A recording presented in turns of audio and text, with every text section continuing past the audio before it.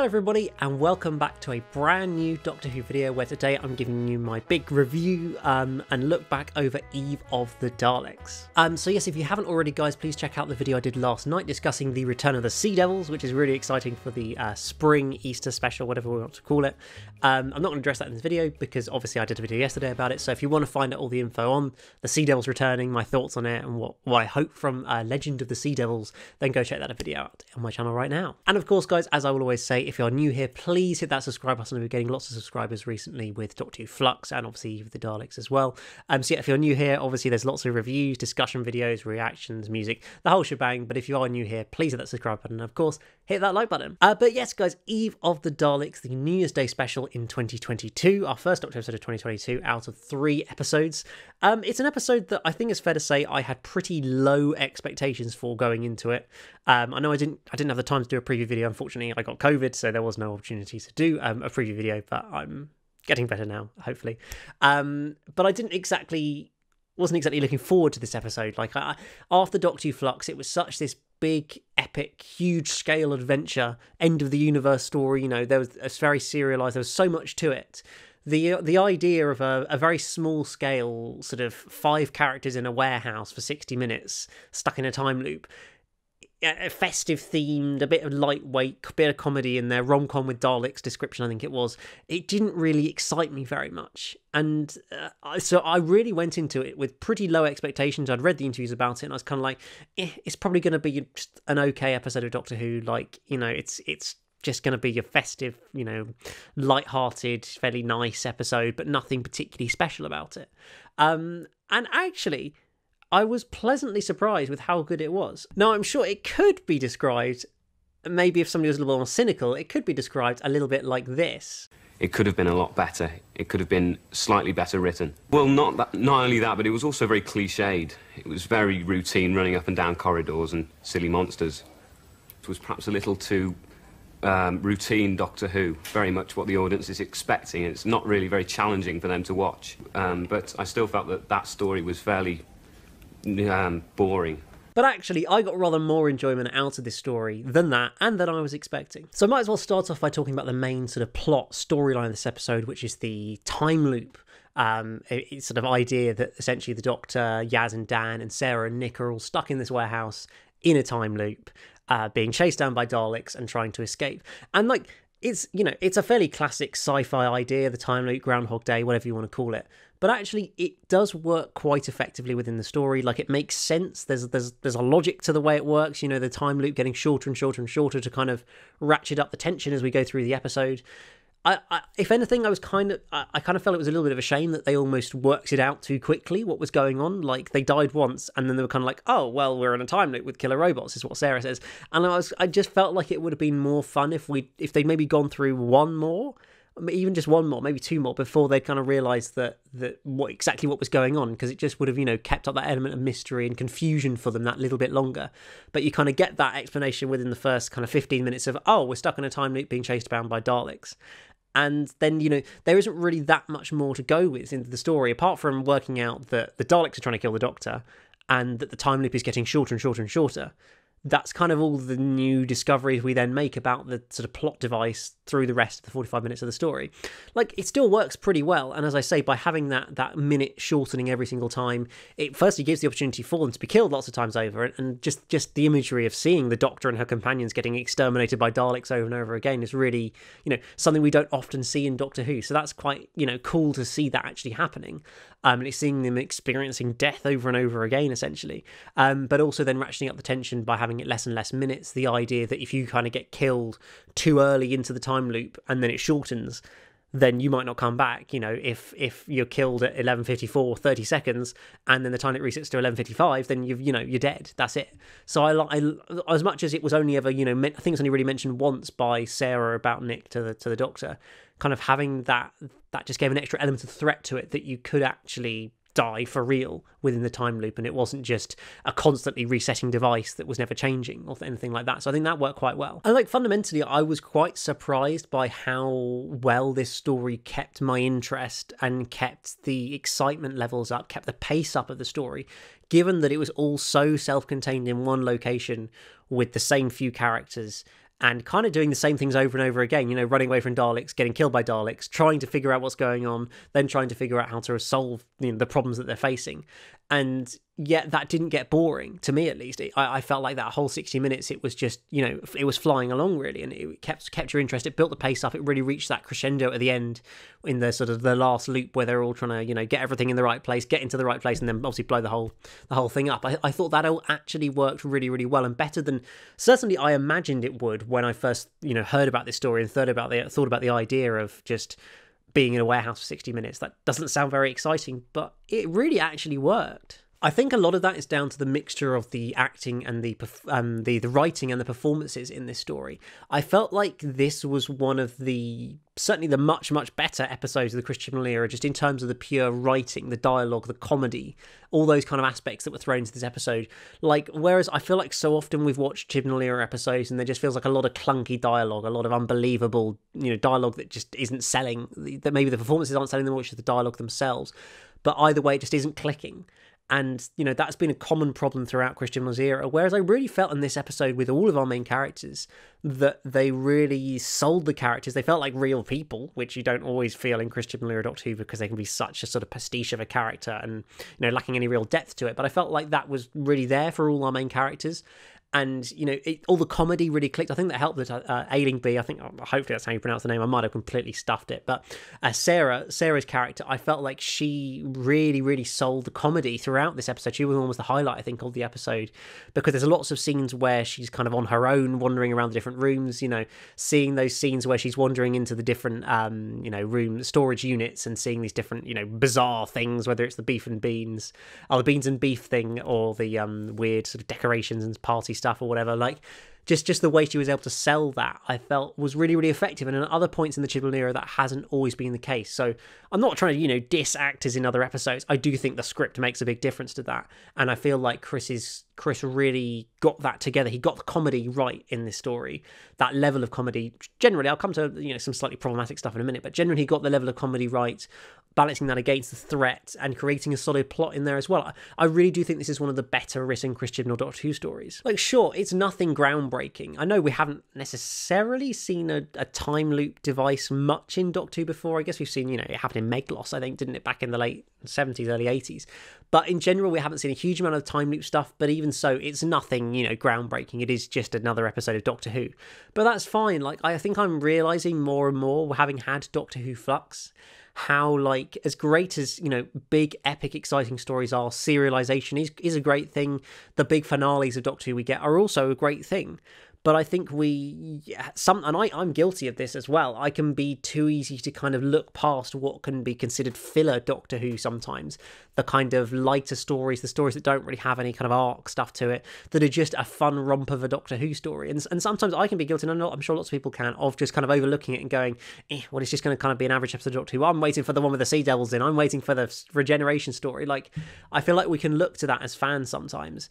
And I think watching an episode like this after Flux is just kind of reminding me that actually there can be so much to appreciate in any episode of Doctor Who, whether it be a big epic end of the universe dramatic finale story, or whether it's just them running around a warehouse, running up and down corridors, stuck in a time loop with a couple of Daleks.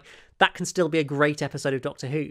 And so I think I'm just kind of gaining that kind of appreciation for stories that sometimes I maybe have overlooked at the time, or just thought that's just a bit of filler, and I really want to kind of change that. And I think this was a real example of that, where sure, it's got Daleks in it, but it still doesn't, it's not got a big scale. It's just a few people in a warehouse, and it's not a big epic story. It's a rom-com with Daleks, as Chris Chibnall described it.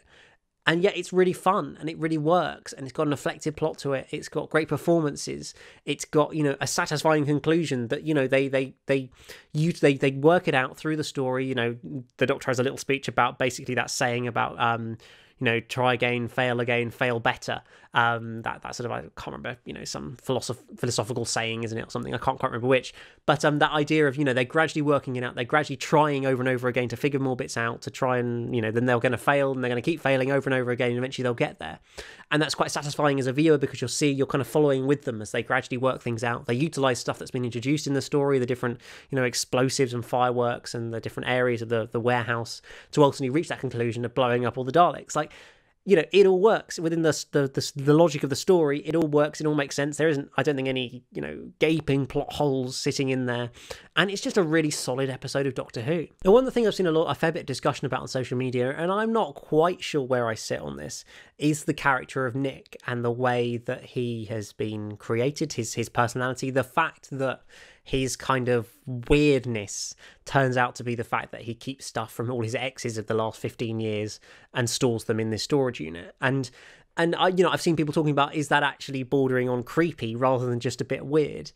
And I definitely can see that viewpoint. And I whereas on the first watch, I kind of didn't really think that much about it. I kind of just rolled with it. But on that second viewing, I kind of thought about it a little bit more. And I'm not quite sure whether it was really the right approach to take.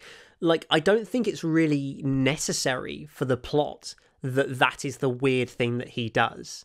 Because, I don't see any reason why he couldn't have just been, basically like a Doctor Who nerd. He stores a load of merchandise for some, that he's a really big fan of, that, a normal person would find really, really weird. Because then that doesn't affect him turning up on New Year's Eve every year, because that's just to do with him wanting to see Sarah every time. And it doesn't really, I don't think it would he'd still have the storage unit, he'd still be there, he'd still go there at the same time. I don't see that would fundamentally change anything. It kind of almost feels like the only reason that's his storyline is for a joke later in the episode when the Dalek shoots all of his stuff and then he says, oh, it's you've terminated, got rid of all his ex's stuff. Like that, it felt like Chris came up with that gag first and then was like, oh great, I'll write that into the story. And I'm just like, it wasn't necessary. You didn't need to step into the borderline of something, not just being weird that they do as a person, but being creepy, being uncomfortable, being something that if you really think about, you're like, okay, sure, there's weird things in life. And, people like me who've got Doctor Who Blu-rays all over their, and Doctor Who merchandise all over their flat. Probably people would think I'm weird, but hopefully they wouldn't think I'm creepy. Whereas I feel like that is just edging towards the borderline of that. And so I'm sure Chris didn't intend it that way, but I feel like we've often seen that in the Chris Chibnall era. There's just the way he writes Doctor Who sometimes just kind of sits a little bit uncomfortably. I know, there's always the example from Spyfall where, the master, not, being a sort of Asian in Descent was played as a plot point to kind of, defeat him basically with the Nazis, and then the unconsenting to the mind wipes in Spyfall as well, and just various different episodes in the Chris Chibnall era where stuff that, isn't overtly like offensive or wrong, or like he's actively kind of done it badly and done it in a way that's going to offend, but almost just accidentally by the way he's written it or the language he's used or something is kind of, can cause us to feel a bit uncomfortable about it or feel a bit concerned about it. And I just feel like that's another example of that in this era, which is a little bit of a shame. Like, I don't think it destroys the story. I just felt like it didn't need to be there. He can still have the crush on Sarah. He can still turn up there on New Year's every year. Like, I guess the only thing it could affect is him getting really mad at the fact he's being called weird and then, choosing to go out and get shot by a Dalek. Like, but then you could still say, her saying, oh, you're so weird because you've got this Doctor Who merchandise, or equivalent, obviously. That could, I guess, still motivate him to an extent to do that, possibly. Maybe that bit would need to be reworked very slightly. But apart from that, it doesn't feel like it's a necessary plot point. It kind of is played for laughs, but actually just comes across a bit creepy. So I don't think that was one of the best things Chris has ever done. But of course, probably the most significant development in this story that we got, and a thing that fans have been wanting since 2018 and discussing since 2018 is Thasmin, is the love story between 13 and Yaz that has kind of been simmering under the surface, has been hinted at for a very, very long time. But for the first time, we kind of get it officially confirmed in this episode that Yaz is in love with the Doctor. She's obsessed with her, that, she's completely in love with her and doesn't know what to do with it, really, the fact that she is. And I think it's so well done in this story. It just deals with it in such a sensitive and a really effective and a special way. With Dan being that guy who's just going in there and going, oh, you're in love with her, aren't you? And I thought that was a great way to utilise Dan's character, which I'll come on to a little bit in a minute, was lacking. But to kind of get that finally going that we've kind of all seen for a while. It was very obvious in The Timeless Children when the Doctor had to go and leave to sacrifice herself and Yaz could barely let her go. Revolution of the Daleks when she was really mad. And just at various points through Flux as well, where you could just see that was there. It's been simmering away for ages. And now we're finally reaching that moment where Yaz is willing to kind of admit it. You know, she hasn't even admitted it to herself until now, which I think was a great moment of, you know, she almost can't acknowledge the crush that she has on the Doctor. But finally she's, you know, kind of taking that step, taking that moment and, you know, acknowledging that exists, that she has that feeling. And I think that's really, really well explored using Dan, who spent several years with her in episode 5, Survivors of the Flux. I guess it finally gives more point to those scenes in Survivors of the Flux where, you know, they're traveling and exploring, whatever. I guess there's finally some more relevance to it, which was really lacking back then. But yeah, he's been there, he's seen it, he can see so clearly that is the case. And, you know, Yaz doesn't really know what to do with this feeling because she's got it. She kind of almost knows she needs to say it to the Doctor, but clearly, you know, does not know how to. And with a person like the Doctor, and especially the 13th Doctor, it's not exactly an easy thing to kind of admit to. Because then we obviously see later on Dan, you know, basically telling the Doctor, oh yeah, Yaz is in love with you. And it's, I think the Doctor certainly knows that Yaz is in love with her. You know, she kind of plays the fool, plays the oblivious, plays the I don't understand emotions and kind of thing. You know, we've seen it before with Graham and his cancer and stuff like that back in series 12. But I think actually she's very, you know, very aware. Maybe this was the moment where she really understood it, but I think she's been aware for a long time that actually Yaz, you know, they're a little bit more than just friends in Yaz's eyes. And, you know, I don't know fundamentally if the Doctor is in love with her back. I don't think that's kind of, you know, fully clear and committed to at this stage. I think that's something that's going to get explored in these last 2 episodes. But I think the Doctor is almost kind of, it's dawned on her that Yaz is in love with her and obsessed with her and, you know, wants to be with her forever. And the Doctor also, as we see throughout this episode, the Doctor gives all these foreboding comments of, you know, my past is the things I've done are catching up with me. And they're very early on in the episode, there's a shot in the TARDIS when the TARDIS is about to get reset and the Doctor says, you know, if we don't get out quickly, we're all going to die. And then there's just this moment where the you know, the dramatic sad 13 theme plays in and the Doctor does the, you know, sort of slightly emotive look where she's clearly like, oh yeah, I'm going to die soon, aren't I? I kind of know that's coming. And not be able to deal with that. And then that develops through the episode to the point right towards the end of the story after the fireworks appear. And, you know, that we see the shot of Nick and Sarah kind of looking at each other in a slightly romantic way. And then we cut to obviously the Doctor and Yaz.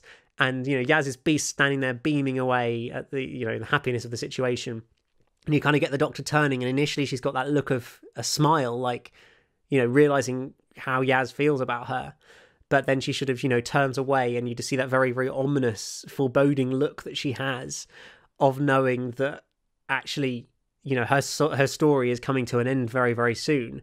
And I think almost more for Yaz, she knows that she's going to go and that Yaz, you know, they're never going to be able to have that love story and live happily ever after together because she's going to die, because she knows that's going to happen, and well, certainly has a strong feeling that that's going to happen at some point. Maybe it could be playing into stuff in the past, you know, with, you know, romantic feelings in the past that she, you know, she knows can never last because she's the Doctor and she'll always outlive the companions and all of that. I feel like there's so much kind of subtext in there that the Doctor is always desperate to kind of hide any emotion, really. She's all, well, certainly any, you know, dodge any difficult questions. Whenever the Doctor asks her, or Yaz asks the Doctor, you know, about what actually happened to her the whole time, this child storyline, the Yaz still doesn't know any of it. And we get that acknowledged again in this episode. You're never going to tell me everything that's been going on, she says, when they're going to go to the beach and find everything out. And then, you know, Yaz is kind of questioning her about, you know, time catching up with you. What's going on there? Is something bad happening? And the Doctor just plays it off very, very flippantly. And we've seen that throughout this era with this Doctor, that she just can't open herself up as a character. And that I almost feel like is gonna be the kind of critical point of their relationship developing over these final 2 episodes, is maybe the Doctor does have feelings for Yaz, but she's almost so incapable of being able to open herself up to someone else, to be able to open up her own feelings, her own emotions, that we very, very seldom, apart from a bit of anger and frustration sometimes let out. We saw it in Flux, and I think the end of series 12 as well, when it comes to, you know, finding out her memories from the past and all of that. Like, that's something that she just can't do. And so I'm really interested to see where that goes. Like, you know, it's happened. It's been established that Yaz is in love with the Doctor. You know, that's been hinted at, but it's now canon. It's clear. It's confirmed. Now, the question is, unfortunately, we've only got 2 episodes left, which I think is a real shame. It's, you know, it's great Chris has done this, but he's done it so late in the era that there's almost not enough time to explore it. You've got a Sea Devil special, and then you've got her regeneration story. Like, that's it. So there's not going to be loads of time to explore this, but I feel like it's going to be, certainly in the last episode, I think it's going to be the crux of where the Doctor and Yaz's stories come to an end, because they're both leaving, obviously, in that story. And that's going to be explored more over these next 2 episodes. I'm sure at some point Yaz is going to declare her love for the Doctor. And it's just going to be so interesting to see whether the Doctor loves her back, whether that, enables the Doctor to open herself up. I do kind of feel like it's all setting up for either Yaz dying in the last episode or the Doctor dying to save Yaz in some way. Because obviously, I don't know how Yaz is really going to leave, apart from dying. She's not going to leave the Doctor. She's in love with her. Like, that's not going to happen. It's the Rose situation all over again. It's never going to, or Clara, frankly. It's never going to happen. And so, how do they actually end that storyline? I kind of only see either Yaz's death or do the old mind wipe thing that we've done many times before, but then that'd be really retreading old ground. So I'm just really intrigued to see where this storyline ends. But I'm really pleased to see that it's gone this way with the story. That, I wasn't sure whether Chris was really ever going to push it quite that far as to kind of declaring it in the episodes, rather than just leaving it a bit of subtext that you can kind of read into if you want to. But he's made that clear. He's confirmed that the Doctor knows that Yaz feels this way.